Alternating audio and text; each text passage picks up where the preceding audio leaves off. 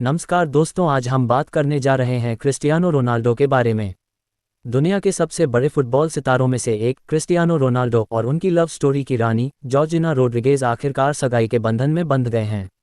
सोमवार को जॉर्जिना ने अपने इंस्टाग्राम पर एक दिल छू लेने वाला पोस्ट शेयर किया, जिसमें चमचमाती डायमंड रिंग के साथ उन्होंने लिखा, इस जिंदगी में और मेरी हर जिंदगी में, हाँ मैं तैयार हूँ। करीब 9 साल की लंबी रिलेशनशिप के बाद 40 वर्षीय पुर्तगाली सुपरस्टार ने इस पल को चुना, जिससे महीनों से चल रही अटकलों पर अब विराम लग गया। पिछले महीने से ही अफवाहें तेज हो गई थीं, जब जॉर्जिना ने एक ब्राइडल थीम पार्टी की तस्वीरें पोस्ट की। सफेद फूलों की सजावट, सीजी कुशन, लाइव म्यूजिक और बाएं हाथ में नजर आती बड़ी सी रिंग। शादी से पहले भी रोनाल्डो कई मौकों पर जॉर्जिना को अपनी पत्नी कह चुके हैं। 2024 के ग्लोब सॉकर अवार्ड्स में उन्होंने मंच से यही शब्द इस्तेमाल किए और एक यूट्यूब गेम में दोनों ने मैचिंग वेडिंग बैंड पहने नजर आए। 2016 में मुलाकात के बाद से दोनों साथ हैं। उनकी 2 बेटियां लाना 7 साल और बेला 2 साल हैं और जॉर्जिना रोनाल्डो के बाकी 3 बच्चों की सौतेली मां भी हैं। रियाद, सऊदी अरब में साथ रह रहे इस कपल के लिए अगला कदम अब शादी की रस्में होंगी। प्यार, ग्लैमर और गोल, रोनाल्डो और जॉर्जिना की यह कहानी अब एक नए अध्याय में प्रवेश कर चुकी है। आईपीएल में रॉयल चैलेंजर्स बेंगलुरु के लिए खेलने वाले तेज गेंदबाज यश दयाल इस वक्त क्रिकेट से ज़्यादा अपनी पर्सनल लाइफ को लेकर सुर्खियों में हैं। गाजियाबाद की एक युवती ने उन पर यौन शोषण का आरोप लगाया है और अब इसका असर उनके क्रिकेट करियर पर भी पड़ता दिख रहा है। मीडिया रिपोर्ट्स के मुताबिक उत्तर प्रदेश क्रिकेट एसोसिएशन ने यश दयाल को यूपी-20 लीग में खेलने से रोक दिया है। दयाल इस साल की नीलामी में 7 लाख रुपये में गोरखपुर लायंस से जुड़े थे, लेकिन आरोप लगने के बाद उनकी टीम में खेलना अब अनिश्चित हो गया है। दैनिक जागरण की रिपोर्ट के मुताबिक दयाल पर दर्ज एफआईआर के बाद यूपीसीए ने ये कदम उठाया है। हालांकि गोरखपुर लायंस के मालिक विशेष गौर का कहना है कि उन्हें इस बारे में कोई आधिकारिक जानकारी नहीं मिली है। 27 वर्षीय यश दयाल के खिलाफ पहली एफआईआर 6 जुलाई को गाजियाबाद के इंदिरापुरम थाने में दर्ज हुई थी। यह मामला भारतीय न्याय संहिता की धारा 69 के तहत दर्ज किया गया है, जिसमें धोखे से शारीरिक संबंध बनाने का आरोप शामिल है। शिकायतकर्ता का आरोप है कि 5 साल पहले दोनों की मुलाकात हुई थी। यश दयाल ने शादी का वादा किया, लेकिन बार बार टालते रहे। अंत में महिला को पता चला कि दयाल अन्य महिलाओं के साथ भी जुड़े हुए हैं। यश दयाल ने अपनी याचिका में कहा है कि धारा 69 के तहत अपराध तभी माना जाएगा जब ये साबित हो कि शादी का वादा शुरू से ही पूरा करने का इरादा नहीं था। उन्होंने अपनी गिरफ्तारी पर रोक और एफआईआर रद्द करने की मांग की है।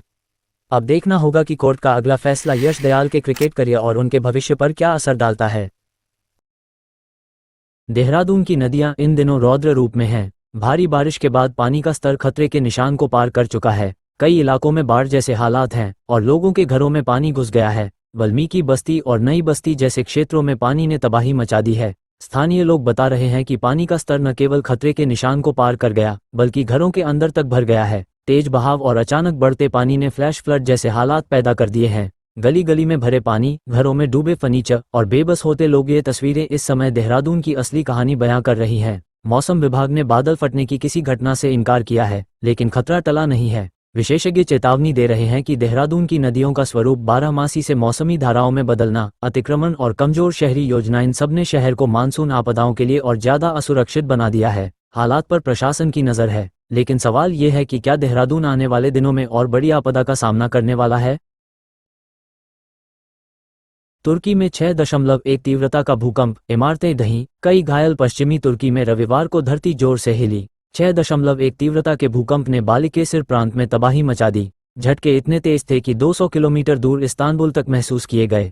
अधिकारियों के मुताबिक भूकंप में कम से कम 29 लोग घायल हुए हैं और करीब 1 दर्जन इमारतें पूरी तरह ढह गईं।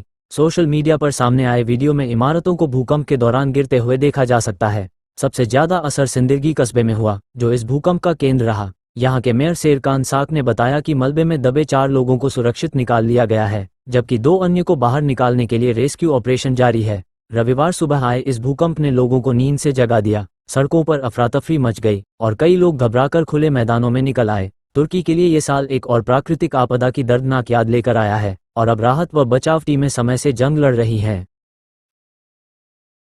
पीएम मोदी ने किया बेंगलुरु मेट्रो की येलो लाइन का उद्घाटन। आईटी हब तक आसान सफर की शुरुआत। बेंगलुरु के ट्रैफिक जाम से राहत दिलाने वाली बहुप्रतीक्षित मेट्रो की येलो लाइन का आज प्रधानमंत्री नरेंद्र मोदी ने शुभारंभ किया। ये नई लाइन शहर के आईटी हब को कई व्यस्त इलाकों से जोड़ेगी। प्रधानमंत्री ने आरवी रोड, रगीगुड़ा से इलेक्ट्रॉनिक सिटी मेट्रो स्टेशन तक मेट्रो की सवारी भी की, जहां उन्होंने सफर के दौरान छात्रों से बातचीत की। करीब 19 किलोमीटर लंबा ये रूट आरवी रोड से बोम्मसंद्रा तक फैला है। 7,160 करोड़ रुपए की लागत से बने इस फेज 2 प्रोजेक्ट में कुल 16 स्टेशन हैं। नई लाइन खुलने के बाद बेंगलुरु का ऑपरेशनल मेट्रो नेटवर्क 96 किलोमीटर से ज़्यादा हो गया है।